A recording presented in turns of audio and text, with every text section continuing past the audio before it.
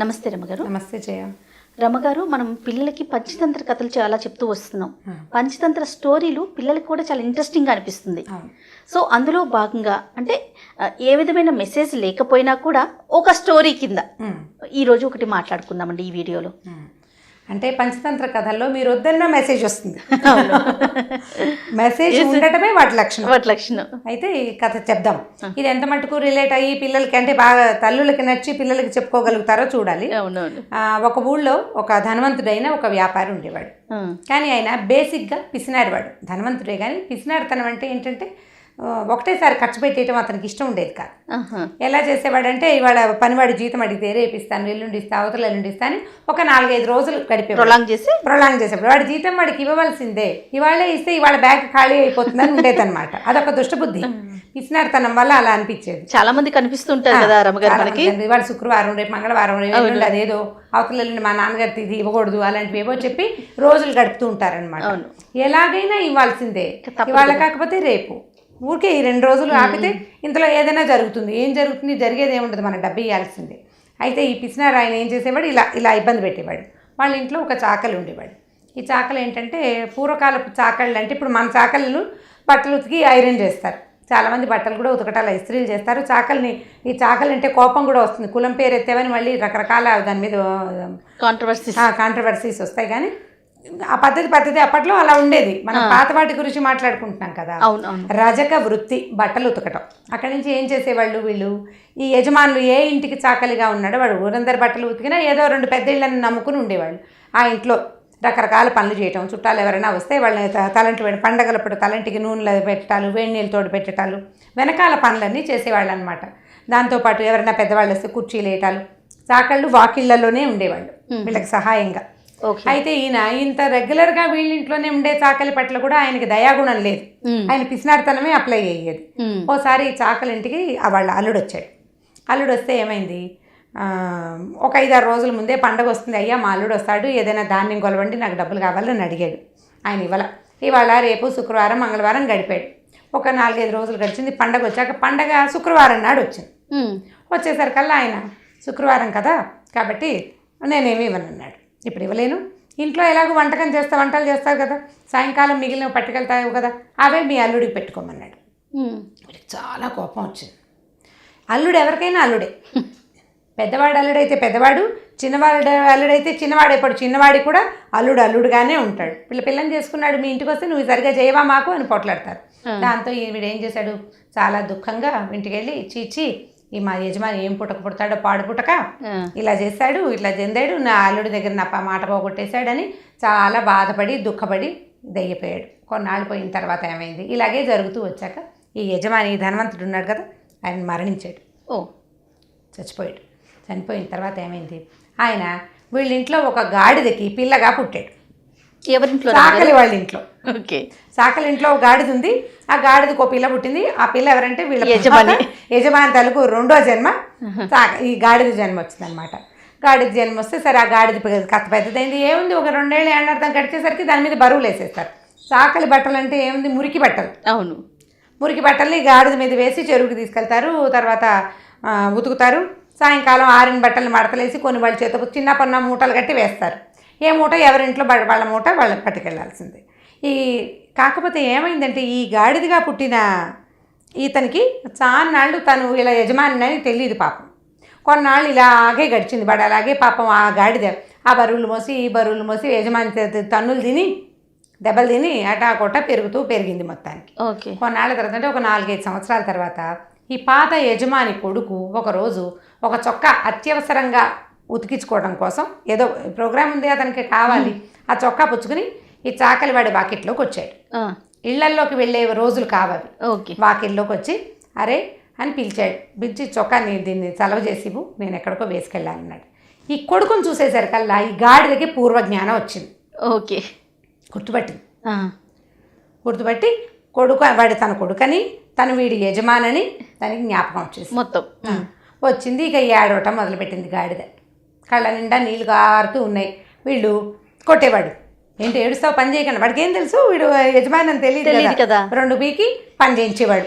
అటు వెళ్ళినప్పుడు 2 కొట్టి ఇటు వచ్చినప్పుడు 2 కొట్టి మొత్తానికి ఎట్టాగొట్టా పని చేయించేవాడు. ఈ గాడిద ఏడుస్తూనే అట్లాగే ఈడుస్తూ అయ్యో వీడి గనక ఆనాడు ధాన్యం అడిగినప్పుడు కొలుచుంటే నాకు ఈ బతుకొచ్చేది కాదు, నేను ఇలాగ మురికి బట్టలు మోయాల్సి వచ్చేది, రియలైజ్ అయ్యి ఏడుస్తూ ఉండేది.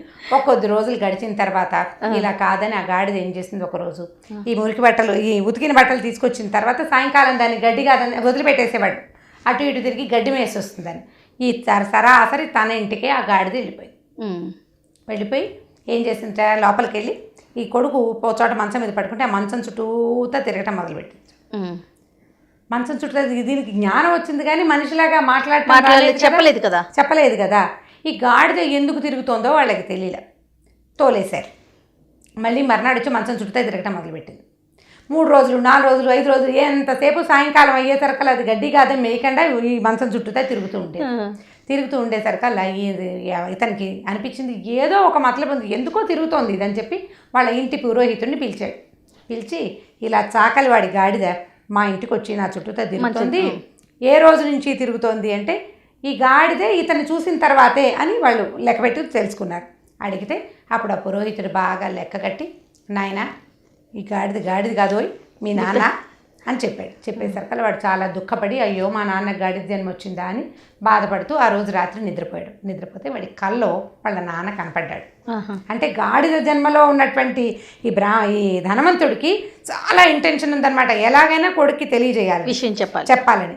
దాంతో కళ్ళు వచ్చి ఆ కల్లో ఏం కనపడిందంటే ఈ చాకలివాడికి వాడు వద్దనేదాకా ధాన్యం ఇవ్వు, అప్పుడు కానీ నాకు ఈ జన్మ నుంచి విముక్తి రాదు, వద్దనేదాకా ఇవ్వమంది. అయితే ఈ కుర్రాడు ధనవంతుడు కొడుకు, వీడు పిసినారు వాడు కాదు, మంచివాడు. మామూలుగా ఈ చాకలిని వాడు బాగానే చూసుకున్నాడు, ఎప్పుడు ధాన్యం కొలిచి మంచిగానే చూసుకుంటున్నాడు. ఇప్పుడు ఇది తెలిసిన తర్వాత ఏం చేశాడు, మర్నాడు ఆ చాకలిని పిలిచి అరే నీకు ధాన్యం కొలుస్తాను అని చెప్పేసి ఈ ధాన్యాలు పాత రోజుల్లో పురిదిమ్మ ఉండేది, పురేసి పురి చుట్టూతా కట్టి లోపల పోసుకునేవాళ్ళు అనమాట. ఇప్పట్లాగా ఈ కొట్లు అవి ఉండేవి కాదు. పురిదిమ్మని ఒక దిమ్మ కట్టుకునేవాళ్ళు ఇళ్ళకి పక్కన, మట్టితోటి ఎత్తుగా అలికి ఒక దిమ్మలాగా చేసేవాళ్ళు వానకి తడవకుండా. దాని చుట్టూతా ఈ గడ్డితోటి తాడల్లి దాన్ని ఇట్లా రౌండ్గా పేర్చేవాళ్ళు, పెద్ద గిడ్డంగిలాగా చేసేవాళ్ళు. పైనుంచి ధాన్యం పోసేవాళ్ళు స్టోరేజ్ కోసం. ఇది పురిదిమ్మ దగ్గర నుంచి తీసుకో, అందులో నుంచి నీకు ఎంత కావాలంటే అంత తీసుకో అని చెప్పాడు.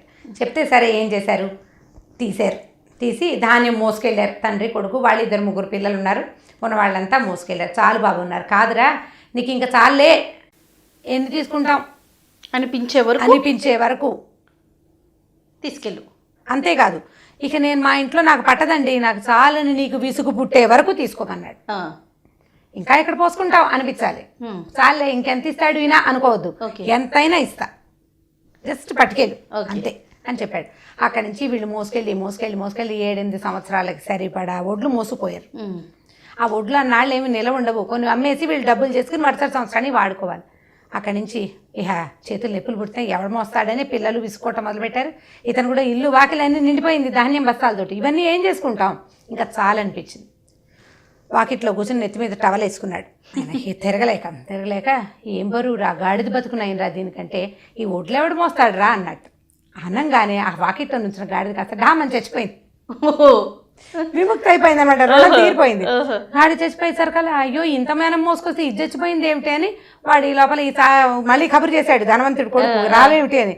అయ్యా నాకు ఇంకా చాలండి, పైగా మా వాకిట్లో నుంచి గాడి చచ్చిపోయింది అనగానే వాడు దేవుడికి దండం పెట్టుకున్నాడు. అమ్మయ్య మా నాన్నకి రుణముక్తి అయిపోయింది మొత్తానికని వాడు దండం పెట్టుకుని పురోహితుడికి చెప్పాడు, నేను మా నాన్న కల్లో చెప్పాడు ఈ పని చేశాను, ఈ గాడి చచ్చిపోయిందంటే మీ నాన్నకి విముక్తి వచ్చింది, ఏదైనా మంచి జన్మ వస్తుంది, రుణం తీరిపోయింది కాబట్టి మంచి జన్మ వస్తుంది నాయన అని చెప్పేసి మీ నాన్న పేరుతోటి చాకలివాడికి ఏదైనా ఇవ్వు మళ్ళీ అంటే వీడు అందరికీ కొత్త బట్టలు అవి కొనిపెట్టి పూర్తిగా నాన్న రుణం నుంచి విముక్తుడయ్యాడనమాట కొడుకు.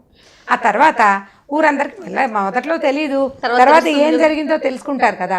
తెలుసుకున్న తర్వాత ఈ అబ్బాయి ధనవంతుడి తాలూకు కొడుకు ఒక చాటింపు వేశాడు. అందరికీ తెలిసిపోయింది, మొదట మీ నాన్న గాడిదని ఎక్కిరిస్తారు కదా పాపం, అందుకని వాడు చెప్పదలుచుకోవాలి. కానీ కర్ణాకర్ణిగా జనాలకు తెలిసిపోయింది. అందరికీ తెలిసాక ఇంకా రహస్యానికి ఏముందని ఏమని చాటింపు వేశాడంటే, ఎవడైతే శ్రమ పడతాడో వాడి శ్రమని దోచుకోవద్దు, దోచుకుని దాచుకుందామనుకుంటే బరువులు మొయ్యాల్సి వస్తాం మనం, అంటే గాడిదలుగా పుడతాం అంతే. కాబట్టి ఎవరి శ్రమ దోచుకోవద్దు, ఒకటి శ్రమని దోచుకున్నవాడు గాడిదై పుడతాడు చివరికి. వాడి బరువుని మనం మోయవలసి వస్తాం అని చెప్పి ఈ కథ జనరల్గా అందరికీ తెలిసిపోయింది అని చాటింపు వేశాడనమాట. ఆ తర్వాత ఆ ఊళ్ళో శ్రమ దోపిడీ జరగలేదు, అంటే శ్రమ దోపిడీ జరగకూడదు కదా. ఎప్పుడైనా సరే జయ, ఇప్పుడు కూడా మనకు అదే జరుగుతుంది. చాలా పని చేయించి 100-50 చేతిలో పెడతారు. పొద్దు నుంచి సాయంత్రం దాకా మన ఇంట్లోనే పని చేస్తే ఒక 100 రూపాయలు ఇస్తే 100తో వాడు ఒకడు ఏంటి, కుటుంబం ఫ్యామిలీ ఉంటాయి, అందరూ తినాలి కదా, దానికి సరిపడా ఇవ్వాలి కదా. ఈ పనికి ఇంతే అని పెట్టుకోకూడదు. చేసిన పనిని బట్టి పని ఈ రోజంతా వాడు నీ దగ్గర ఇంకెక్కడికి వెళ్ళి సంపాదించుకోలేడు. ఈ రోజు ఆహారానికి సరిపడా డబ్బు ఇవ్వటమే సరైన పద్ధతి. అందుకని శ్రమని దోచుకోకండి అని చాటింపు వేశాడు. సో మీరు ఏ మెసేజ్ లేకుండా అన్నారు, మెసేజ్ కానీ పంచతంత్ర కథలు రమ్మగారు మన ఊహకు అందవు. అంటే ఇది నిజంగా జరుగుతుందా అని ఆలోచిస్తే ఏం చెప్పలేము. అదే, కానీ ఊహకు అందవు, కానీ మంచి మోరల్గా ఉంటుంది. అంటే పిల్లలు ఇష్టపడతారు. అంటే పంచతంత్ర కథలు ఏంటంటే జయ, మనకి తెలియకుండానే మన చుట్టూతా ఉన్నవి జరిగేవే ఇవి. ఇలా గాడిదలని గుర్రాలని జంతువుల పేర్లు పెట్టి చెప్తారు. ఇవి మన దగ్గర జరిగే కథలే, దీనివల్ల మెసేజ్ కరెక్ట్ గా లోపలికి వెళ్తుంది కదా, బాగా ఇంజెక్ట్ అవుతుంది, లోపలికి వెళ్తుంది. అందుకోసమని ఇలాంటి కథలు చెప్తాం అనమాట. పిల్లలకి కనుక మనం ఇలాంటివి చెప్తూ ఉంటే ఏం చేయకూడదో వాళ్ళకి తెలుస్తుంది. అది right. Thank you so much రమ్మగారు. ఓకే జయ. ఈ వీడియో కనుక మీకు నచ్చినట్లయితే లైక్ చేయండి, షేర్ చేయండి. మరిన్ని వీడియోస్ కోసం మా ఛానల్ని సబ్స్క్రైబ్ చేయండి.